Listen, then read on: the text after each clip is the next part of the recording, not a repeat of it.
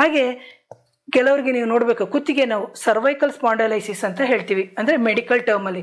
ಆದರೆ ಡಿಸ್ಕ್ಗಳು ಸರಿಯಾಗಿದೆ ಆದರೂ ಕುತ್ತಿಗೆ ನೋವುಗಳು ಬರ್ತಾ ಇರುತ್ತೆ, ಅಥವಾ ಭುಜಗಳ ನೋವು ಬರ್ತಾ ಇರುತ್ತೆ. ಇದನ್ನು ನಾವು ಅರ್ಥ ಮಾಡ್ಕೋಬೇಕಂದ್ರೆ ನಮಗೆ ಇಲ್ಲಿ ಶಿಫ್ಟಿಂಗ್ ಪೇಯ್ನ್ ಅಂತ ಹೇಳ್ತೀವಿ. ಇಂತಹ ಒಂದು ಶಿಫ್ಟಿಂಗ್ ಪೇಯ್ನ್ ಅಂತ ಹೇಳಿದಂತಹ ಸಂದರ್ಭದಲ್ಲಿ ಇದು ದುಷ್ಟಶಕ್ತಿಗಳ ಒಂದು ಪರ್ಟಿಕ್ಯುಲರ್ ಆಗಿರುವಂತಹ ಒಂದು ಕಾಡಾಟ ಅಂತ. ಅದರ ಜೊತೆಗೆ ಹೊಟ್ಟೆ ಊದ್ಕೊಳ್ಳೋದು, ಪದೇ ಪದೇ ಕೆಲವರು ನೋಡ್ಬೋದು ಹೊಟ್ಟೆ ಇಷ್ಟು ದಪ್ಪ ಊದ್ಕೊಂಡಿರುತ್ತೆ, ಆಮೇಲೆ ಹೊಟ್ಟೆ ಒಳಗಡೆ ಹೋಗೋದು, ಮತ್ತೆ ಹೊಟ್ಟೆ ಊದ್ಕೊಳ್ಳೋದು. ಮತ್ತೆ ಅಮಾವಾಸ್ಯೆ ಹುಣ್ಣಿಮೆಯ ದಿನಗಳು ಬಂತು ಅಂತಂದರೆ ಕೆಲವರು ಹೇಳ್ತಾರೆ, ಅಥವಾ ಪ್ರೇತ ಬಾಧೆ ಇದ್ದವರು ಹೇಳ್ತಾರೆ, ಅಪ್ಪ ಯಾಕಪ್ಪ ಈ ಅಮಾವಾಸ್ಯೆ ಹುಣ್ಣಿಮೆ ಬರುತ್ತೆ ಅಂತ. ಯಾಕಂದರೆ ಅಷ್ಟು ಸಮಸ್ಯೆಗಳು. ಅಮಾವಾಸ್ಯೆಯ ಹಿಂದಿನ ದಿನ ಅದು ತ್ರಯೋದಶಿ, ಚತುರ್ದಶಿ, ಅಮಾವಾಸ್ಯೆ, ತ್ರಯೋದಶಿ, ಚತುರ್ದಶಿ, ಹುಣ್ಣಿಮೆ. ಕೆಲವರಿಗೆ ನೀವು ನೋಡಬೇಕು ನವಮಿ ದಶಮಿ ದಿನನೇ ಶುರು ಆಗ್ಬಿಡುತ್ತೆ. ತುಂಬಾ ಹಿಡ್ದಿರೋರು ಇರ್ತಾರೆ. 90 ಭಾಗ ಕೆಲವರಿಗೆ ದುಷ್ಟಶಕ್ತಿ ಹಿಡಿದಾಗ ವಿಪರೀತ ನೋವು, ಹೆಜ್ಜೆ ಇಡಕ್ಕೂ ಆಗಲ್ಲ, ವಿಪರೀತ ಕೋಪ, ಆ ಥರ